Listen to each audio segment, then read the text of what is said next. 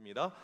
이 성탄절 주님이 우리 가운데 오신 것 그 자체도 참 기쁘고 감사한데 또 우리에게 빨간 날로 이렇게 쉬게끔 해주시니까 또 더 크게 감사를 할 수 있는 것 같습니다.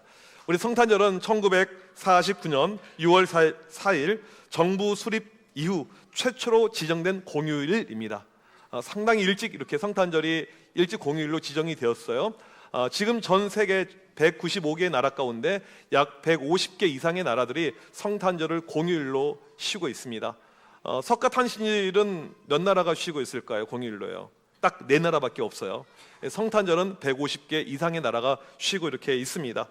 이 성탄절이 얼마나 대단하냐면 1914년 1차 세계대전 때 프랑스, 영국 연합군과 독일군이 싸우게 되는데 성탄절에는 중단. 근데 1914년만 그렇게 한 것이 아니고 15, 16, 17년 매년 이들이 이 전쟁을 중단하고 같이 선물을 나누고 적군과 축구를 했다라고 이렇게 이야기를 하고 있습니다. 성탄절이 정말 중요합니다. 우리가 성탄절 하게 되면 가장 먼저 떠오르는 것은 우리 아이들은 무엇이 떠오를까요? 선물이에요, 선물. 이번에 그 기독신문, 저희 교단 신문에 제가 성탄절 설교에 대해서 이렇게 썼는데 제가 분명하게 밝혀놨어요. 우리 집은 선물 주지 않는다. 누구 생일이에요? 그럼 누가 선물 받아야 됩니까?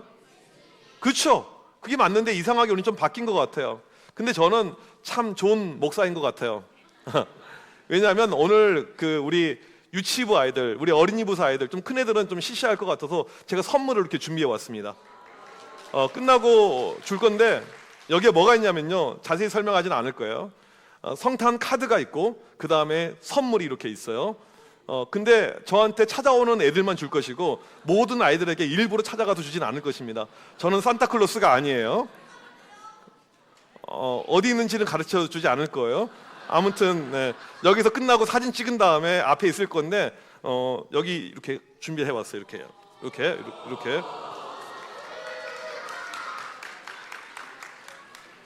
청소년들은 없어요. 네, 애들이 너무 커가지고. 네. 유치부 어린이들까지 딱 여기까지. 왜냐하면 받으면 애들이 시시할 것 같아서. 성탄절에 이 선물보다 중요한 것이 있습니다. 무엇이냐면 성탄절의 주인 대신 예수님께서 이 땅에 오신 목적, 오신 이유를 우리가 반드시 알아야지 이것이 의미가 있지 다른 것은 그렇게 중요하지 않아요. 예수님께서 이 땅에 왜 오셨는가? 첫 번째 말씀을 보게 되면 우리를 구원하기 위해서 이 땅에 오셨다라는 것입니다.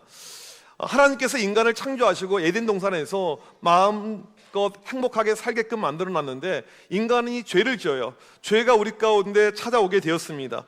그래서 우리의 운명은 전부 다 이 죄로 인해서 죽어야 되는 것, 사망, 죽음이 우리의 운명이 되어진 거예요. 이제 잠시 후에 우리 유치부 아이들부터 발표를 할 텐데 이 아이들 보게 되면 귀엽고 사랑스럽습니다. 그런데 이 아이의 운명이 죽음이다? 이건 감히 상상할 수가 없는 일이에요. 사진을 보게 되면 충북 청주에서 목회하는 전요셉 목사님 가정의 이 사진입니다. 이 집의 딸, 만 3살짜리 이 딸이 아파요. 근육질환인 듀세근 이양증이라는 진단을 받았는데 국내에서는 치료가 불가능합니다. 미국에 가서 치료를 해야 되는데 비용이 얼마가 드냐면 46억이 들어요. 그러니까 고칠 수가 없어요. 이 목사님이, 가난한 목사님이 어떻게 이 46억을 마련하겠습니까? 자기 딸을 살리기 위해서 목사님이 선택한 길이 무엇이었냐면 부산에서 서울까지 24일 동안 걸어서 이거 피켓을 붙이면서 우리 딸 좀 살려주세요. 온 사람들에게 광고하면서 이렇게 하면서 모금을 하게 되었습니다. 감사하게도 24일 동안 14억 원이 모금이 되었어요.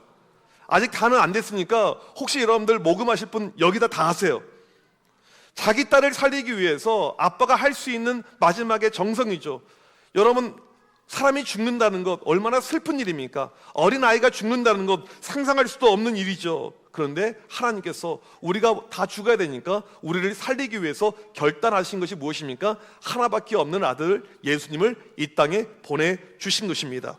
요한복음 3장 16절 말씀을 같이 한번 읽어보도록 하겠습니다. 시작. 하나님이 세상을 이처럼 사랑하사 독생자를 주셨으니 이는 그를 믿는 자마다 멸망하지 않고 영생을 얻게 하려 하심이라. 우리를 살릴 수 있는 유일한 방법은 죄가 없는 분이 우리의 죄를 위해서 죽으셔야 됩니다. 그래서 죄가 없으신 하나님께서 친히 인간이 되어서 이 땅에 오셨어요. 하나님이 인간이 되어서 이 땅에 오신 날이 바로 성탄절이죠. 그리고 우리의 죄를 위해서 십자가에 못 박아 죽게 되었다라는 것입니다. 하나님 아버지의 마음이에요. 우리를 살리고자 하는 하나님 아버지의 마음. 최근에 개봉한 영화 이 소방관이라는 이 영화를 보게 되면 2001년 홍제동 방화 사건을 모티브로 하고 있습니다. 집이 무너질 것 같아요. 막 불이 화염이 막 휩싸입니다. 이때 소방관들이 안에 들어갑니다. 들어가면 위험하거든요. 잘못하면 죽을 수가 있거든요. 그런데 들어가요. 그런데 마지막에 이 집이 건물이 무너져 내리면서 깔려서 6명이 죽습니다. 이들은 죽음을 두려워하지 않으면서 끝까지 갔습니다. 왜요? 사람을 한 명이라도 살리기 위해서. 예수님께서 이 땅에 오신 이유가 무엇입니까? 우리를 살리기 위해서, 죽어가는 우리를 구원하기 위해서. 이것이 바로 예수님께서 이 땅에 오신 첫 번째 목적이라는 사실입니다. 두 번째로는 마귀의 일을 멸하기 위해서라는 것입니다. 예수님은 우리를 살리고자 하는데 마귀는 이것을 반대해요. 마귀의 목적은 무엇이냐면 함께 나중에 지옥에 가고자 하는 것. 이것이 마귀의 존재 목적입니다. 요즘에 보게 되면 실은 과거부터 흉흉해 그랬던 어떤 모습인데, 정치권의 이 무당, 점쟁이, 주술 이런 것들이 얼마나 많이 있는지 모릅니다. 왜 사람들이 그런데 연호하고 있을까요? 왜 사람들이 그런데 좋을까요? 가보면 용하게 맞추거든요. 운명을 말해주거든요. 당신의 미래를, 다음에 당선이 됩니다, 다음에 떨어집니다, 어떠한 일이 있는지를 정확하게 이 무당들이 말해주거든요. 거기에 미혹이 돼서 사람들이 가고 또 가고 합니다. 우리나라가 지금 상당히 이 영적으로 위기 가운데 있어요. 문제 가운데 있습니다. 우린 기도를 정말 많이 해야 돼요. 여러분, 이 마귀가 왜 이런 짓을 하냐면 사람을 유혹하는 거예요. 자기의 사람을 만드는 거죠. 저 무당 말 맞지? 저대로 되었지? 나중에 또 된다? 계속해서 마귀는 맞춰가게끔 도와줍니다. 그렇게 세상을 이끌어가요. 그리고 자기 편을 삼는 거예요. 마지막에 함께 지옥에 가기 위해서. 예수님께서 이 땅에 오신 이유는 그런 마귀의 일을 멸하기 위해서라는 것입니다. 요한일서 3장 8절 말씀 같이 한번 읽겠습니다. 시작. 죄를 짓는 자는 마귀에게 속하나니 마귀는 처음부터 범죄함이라. 하나님의 아들이 나타나신 것은 마귀의 일을 멸하려 하시니라. 이 마귀는 처음부터 예수님을 방해하려고 했던 그런 마음을 가지고 이 땅에서 작당 모의를 합니다. 그래서 예수님이 태어났을 때부터 죽이려고 해요. 헤롯을 통해서. 그러니까 예수님께서 피난을 갑니다. 애굽으로, 지금의 이집트 땅으로 피난을 가게 됩니다. 나중에 예수님께서 나이 30이 되어서 공생의 사역을 이 땅에서 시작하실 때도 마찬가지예요. 마귀가 금식기도 하는 그 자리에 쫓아가서 예수님을 유혹하면서 예수님의 사역을 방해합니다. 예수님께서 말씀으로 다 모든 것을 이겨냈죠. 이제 사역이 시작이 되는데 종교 지도자들, 힘 있는 사람들이 예수님을 또 핍박합니다. 예수님을 힘들게 합니다. 이 마귀가 계속해서 역사해요. 이제 안 되니까 나중에 제자들 가운데 들어갑니다. 제자들의 마음을 움직이게 되고 가룟 유다를 통해서 예수님을 팔게 하고, 계속해서 이 마귀는 예수님의 일, 구원의 일을 방해하는 것이 목적이에요. 예수님께서 이 땅에 오신 이유는 이러한 마귀의 일을 멸하러 하기로 오셨다라고 분명하게 말씀을 하고 있습니다. 세 번째로 섬기기 위해서 오셨습니다. 예수님은 만왕의 왕으로 오셨는데 그 당시에 있었던 왕들과는 차원이 달라요. 옛날에 왕들 보게 되면 군주라고 하죠. 모든 것을 지배하고 있습니다. 말 한마디로 사람을 죽일 수가 있어요. 말 한마디로 사람을 부자 만들 수도 있습니다. 이것이 이 당시의 군주예요. 근데 예수님은 그러한 모습을 가지고 온 것이 아니고 섬기기 위해서 오셨다라는 것입니다. 마가복음 10장 45절 같이 한번 읽도록 하겠습니다. 시작. 인자가 온 것은 섬김을 받으려 함이 아니라 도리어 섬기려 하고 자기 목숨을 많은 사람의 대속물로 주려 함이니라. 섬기기 위해서 이 땅에 오셨다. 따라서 예수님께서 예루살렘에 입성하실 때 다른 군주들처럼 백마를 타고 입성하는 것이 아니고 어린 나귀를 타고 입성하십니다. 예수님은 태어날 때부터 좋은 강남의 유명한 이 산부인과에서 태어나지 않으셨어요. 그냥 허접한 이 구유에서, 그냥 이 당시 가옥의 구조를 보게 되면 1층은 짐승이 살고 2층은 사람이 살았는데 사람이 태어날 공간이 없어서 이 구유에서 이렇게 태어나게 됩니다. 이것이 우리에게 상징하는 것이 무엇입니까? 예수님이 이 땅에 오신 이유가 섬기기 위해서 오셨다라는 것입니다. 예수님은 평생 자기를 자랑한 적이 한 번도 없습니다. 성경 어디에도 자기를 높인 적도 한 번도 없습니다. 예수님은 오히려 기적을 일으킨 다음에도 사람들에게 알리지 말라라고 이야기했을 정도입니다. 마지막에 십자가에서 죽으면서 최후를 섬기게 됩니다.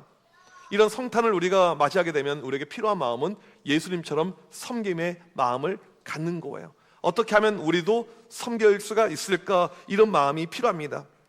지난번 우리 사역반 우리 같이 공부하셨던 분들이 이제 끝나고 십시일반 돈을 모아서 저번에 우리가 도왔던 그 미혼모들 이들에게 고기를 이제 섬기기로 이렇게 결정을 했어요. 어떤 고기를 줄 것인가? 많이 그냥 전국에 있는 모든 미혼모들을 다 먹이게 할 것인가? 이건 불가능해요. 이 단체에 소속된 미혼모만 1,500가정입니다. 어차피 다는 안 되고 이 근처에 있는 좀 이런 분들만 도와주자. 이왕 줄 거 좋은 걸로 주자. 그래서 무엇을 선물했냐면 한우를 선물했어요. 한우를 선물 받고 이들이 이제 편지를 이렇게 보내왔어요. 화면을 보게 되면 이런 어떤 내용인데, 편지를 읽어보니까 정말 가슴 아픈 내용이 무엇이냐면 태어나서 한우를 처음 먹어봤대요. 태어나서 한우를 처음 먹어봤어요. 우리는 아마 오늘 끝나고도 한우 드실 분이 분명히 이 자리에 계실 거예요. 근데 처음 먹었다는 거예요. 이렇게 좋은 고기를 아이들과 먹었던 적이 한 번도 없다는 거예요. 그런 어떤 이야기를 들으니까 참 가슴이 많이 아프더라고요. 성탄이 우리 가운데 오게 되면 어떻게 하면 누군가를 섬길 수 있을까? 이것이 우리에게 필요한 자세입니다. 또 이번 유치부에서 강원도에 있는 풍암 그리스도 교회를 섬겨줬습니다. 선물을 이렇게 줘서 보내주니까 이 어려운 교회, 힘든 교회 아이들이 얼마나 좋아하면서 행복했는지를 모릅니다. 우리 교회는 지난번 우리 목장에서 나온 이 헌금을 가지고 이제 다음 주에 22교회를 섬기려고 준비를 하고 있습니다.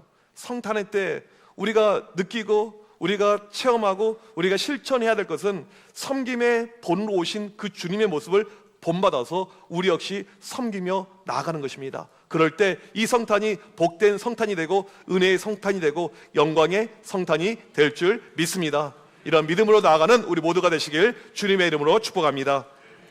하나님 아버지, 우리에게 예수 그리스도를 선물로 보내주심을 감사합니다.